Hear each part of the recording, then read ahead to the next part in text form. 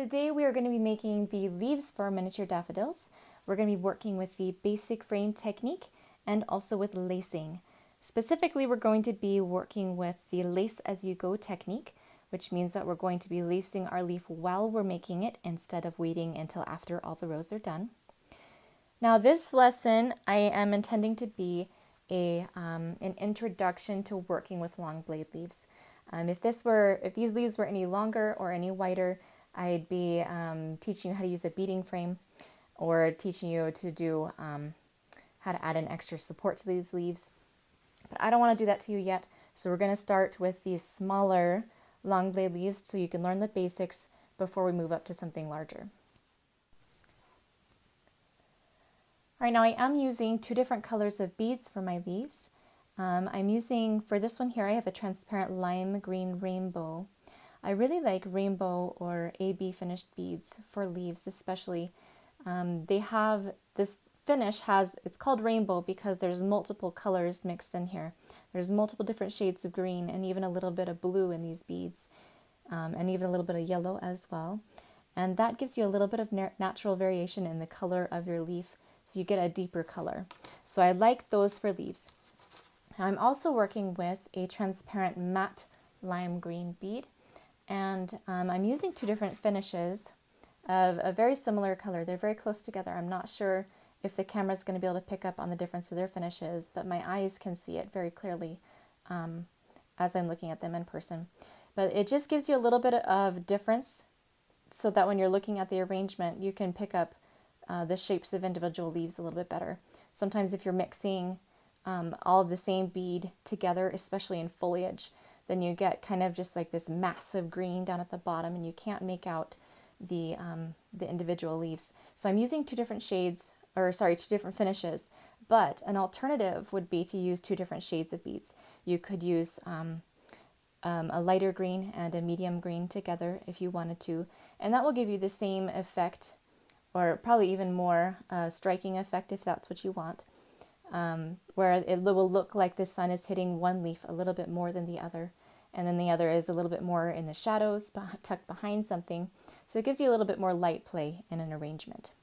Or if it is your preference, you can just make them all in the same color of bead.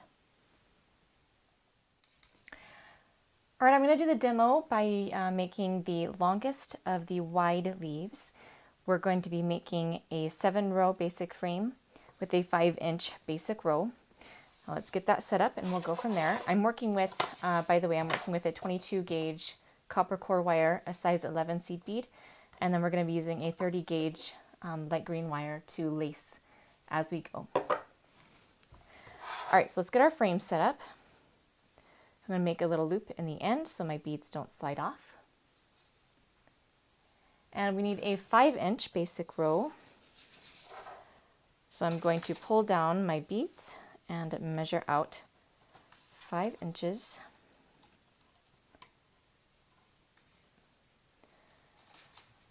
All right, now we're only going to be doing 7 rows of beads, and that's not very many, so we don't need a very long top wire. About an inch should be fine.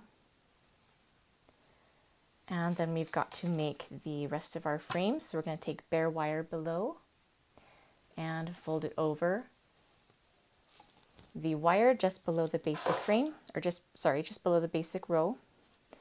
Pinch and hold the basic row and the working wire together, and then twist the two wires together to make a loop and the twisted bottom wire below the basic frame. I said basic frame again, basic row. All right, now what I'm going to do here is I'm going to spend some time straightening out this basic row, just by running my fingers along it to remove any kinks or twists or bends in my wire.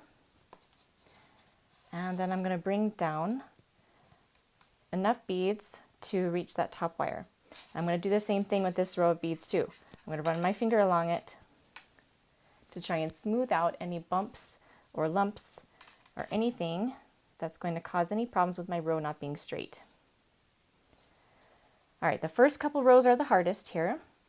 We're going to need to hold tension on this basic row while we're lining up our second row of beads. So you're going to go through and mold them together. Make sure everything is straight. And really take some time to do this properly.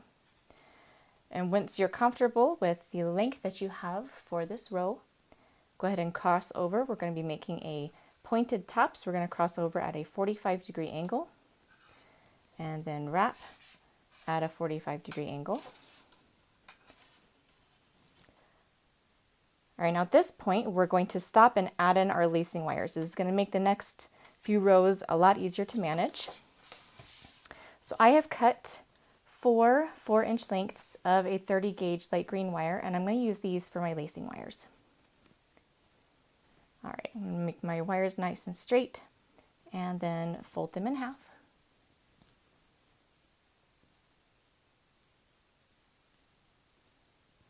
All right, now I need to divide my basic row into 5 pieces using these 4 wires. And since I have a 5-inch basic row, I can divide them into 1-inch sections. So I'm going to kind of put this in here.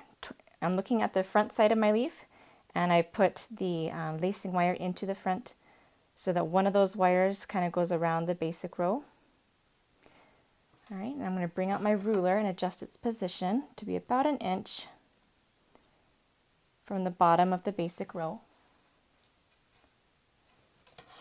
All right, and then just like with regular lacing, we're going to cross those 2 wires on the back so that they switch places and make a loop around the basic row. And then I'm going to go ahead and lace that second row as well.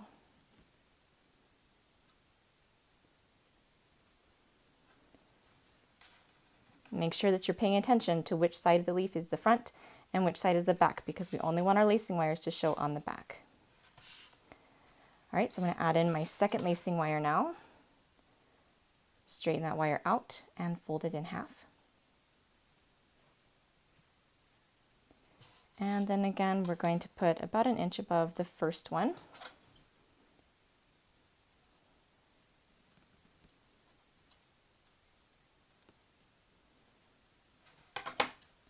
Cross those wires on the back.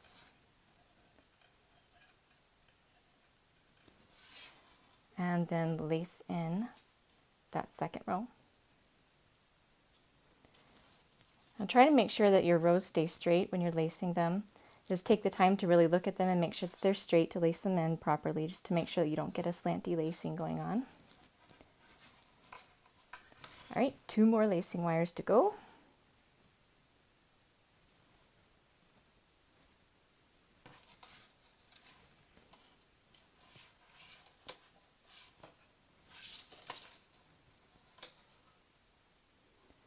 Flipping it over and looking at the front of the leaf again. About 1 inch above the last lacing wire that we had to put in. Cross the wires over the back, flip it over, and lace in the second row.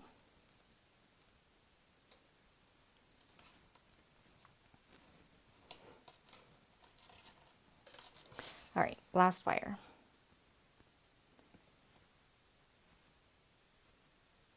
And just like before, that one's going to be about 1 inch above the last one.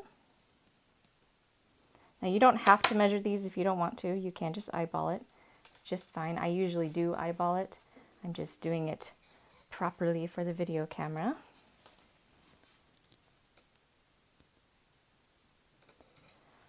All right. Now from this point on, we're going to be adding the lacing wires as we come to them in that row. All right, so we've got row 1 for our basic row and row 2. And now we're going to start row 3. Push those beads up on that top wire. And then I'm going to hold tension on my beads, straighten out my row as best as I can, and then bring it down. And for now, I'm just going to measure to this top lacing wire. Make sure everything is straight. Hold tension on the beads just below the lacing wire, and then lace that row in right at that top lacing wire. And then I'm going to repeat as I go down the leaf. Now as I do this, I'm going to check my basic frame, the whole frame, and make sure that it's straight and nothing is wonky. All right, so again, I'm going to go down to the second lacing wire. Hold tension on those beads because we don't want to end up with like a gap and then you lace, because you're going to have a gap in your row that you can't fix. So keep tension on those beads down below. Lace in the row. Bring more beads up, strain it out. And again, go down to the next row. And I am kind of pinching and holding all of these rows together as I go as well, just to hold it in place, hold tension on the beads and hold that row in place at the same time.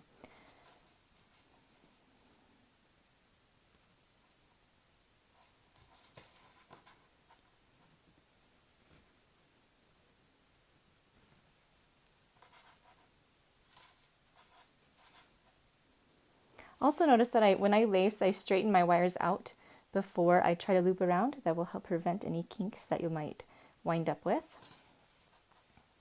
All right, so I've got row 3 laced in, and now I'm going to wrap at the bottom wire. So I'm going to rotate, and we're going to make a pointed bottom. Now, so 45-degree angle and wrap around.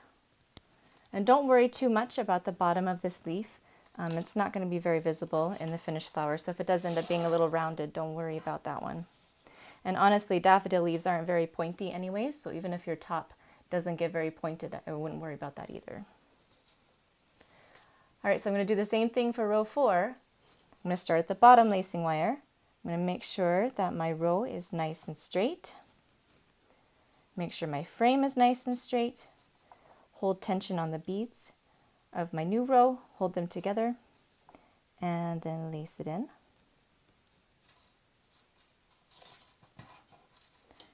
And then move up to the next lacing wire, lace it in, move up,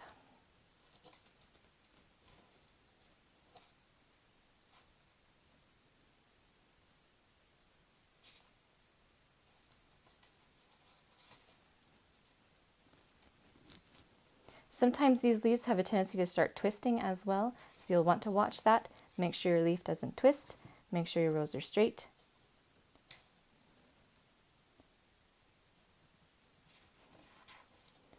All right, there's row 4, and again I'm at the top wire, so I'm going to wrap with a pointed top, a 45-degree angle.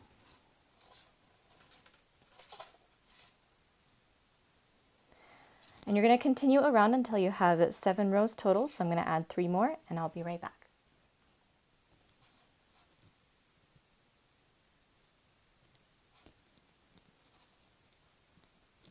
One thing I want to mention here is that I'm on this last row of beads that I'm going to have on this side, so I'm going to go ahead and double lace, double wrap around that last row of beads, just so I don't have to come back and do it later.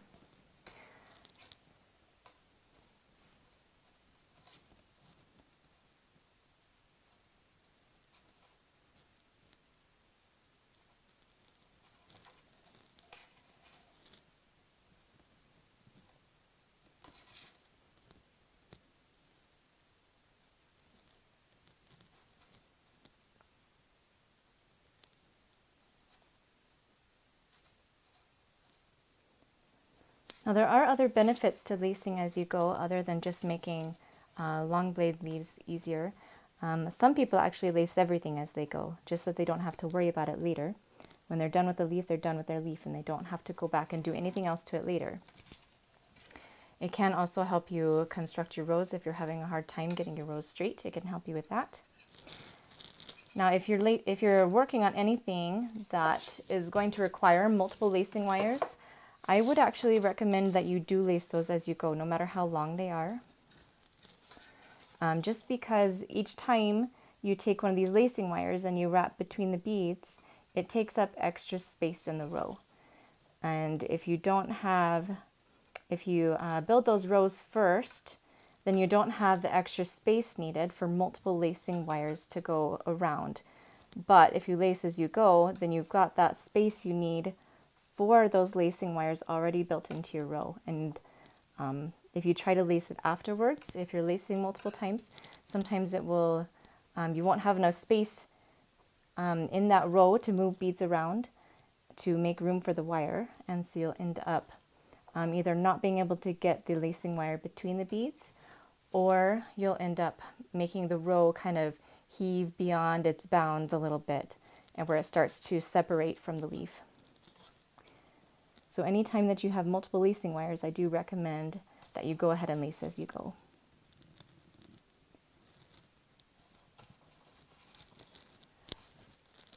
All right, so I'm at the end of my last row. I'm going to tie off that working wire, and we're actually going to have 3 bottom wires, and I want to show you how I get a nice smooth twist and when I do 3 bottom wires. Now, if you have any twists down here in this bottom wire already, go ahead and untwist them. All right, now I'm going to bring this working wire down over between my 2 loop wires. Now the main thing here is that we want to get them straight and at the same angle away from my leaf. And if you need to smooth them out a little bit. And then I grab a little bit below the leaf with one hand, and then I grab the bottom of the leaf with the other, and then I twist in opposite directions. Just keep going.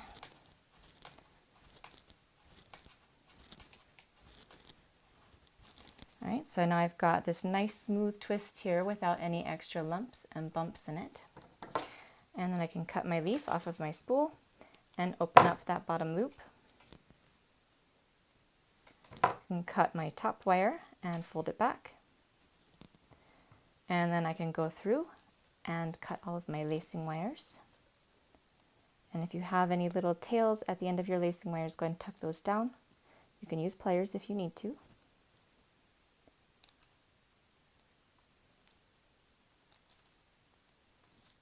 All right, so there we have one of the longer wide leaves for our miniature daffodils.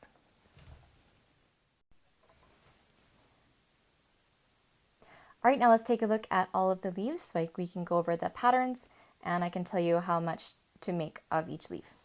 Now this is the one that I made in the demo with a 5-inch basic row, and you need to make 3 of these for a 5-flower arrangement. Now this is a slightly shorter wide leaf. We have a 7-row basic frame, a 4-inch basic row, pointed bottom, pointed top, lace across 3 times, dividing the basic row into fourths. You need 3 bottom wires, and you need to make 3 in this size. All right, now this is the smallest of the wide leaves, a 7-row basic frame, 3-inch basic row, pointed bottom, pointed top, lace across 2 times, 3 bottom wires, and make 2 in this size. And all of these wide leaves are made in that transparent rainbow green bead. And then these, the narrow leaves, I made in a transparent matte green bead, just to give me a little bit of subtle difference between my leaves in my arrangement. All right, now the narrow leaves, we have a 5-row basic frame, a 5-inch basic row, pointed bottom, pointed top, lace across 4 times, 3 bottom wires, and you need to make 2 in this size.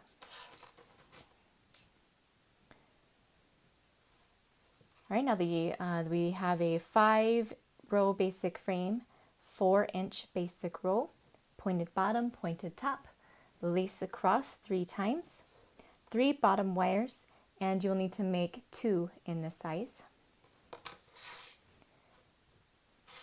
Now the smallest of the narrow leaves is a 5-row basic frame, 3-inch basic row, pointed bottom, pointed top, lace across twice, 3 bottom wires, and you need to make 3 in this size. Now I told you the number of leaves that I made for my arrangement, but really the most important thing is that you have 3 leaves per daffodil. And I would recommend that you do 3 different sizes. So if you want to do, like, for one daffodil, make these 3, and for another daffodil, make these 3. So you have a longer, medium, and short one for each flower.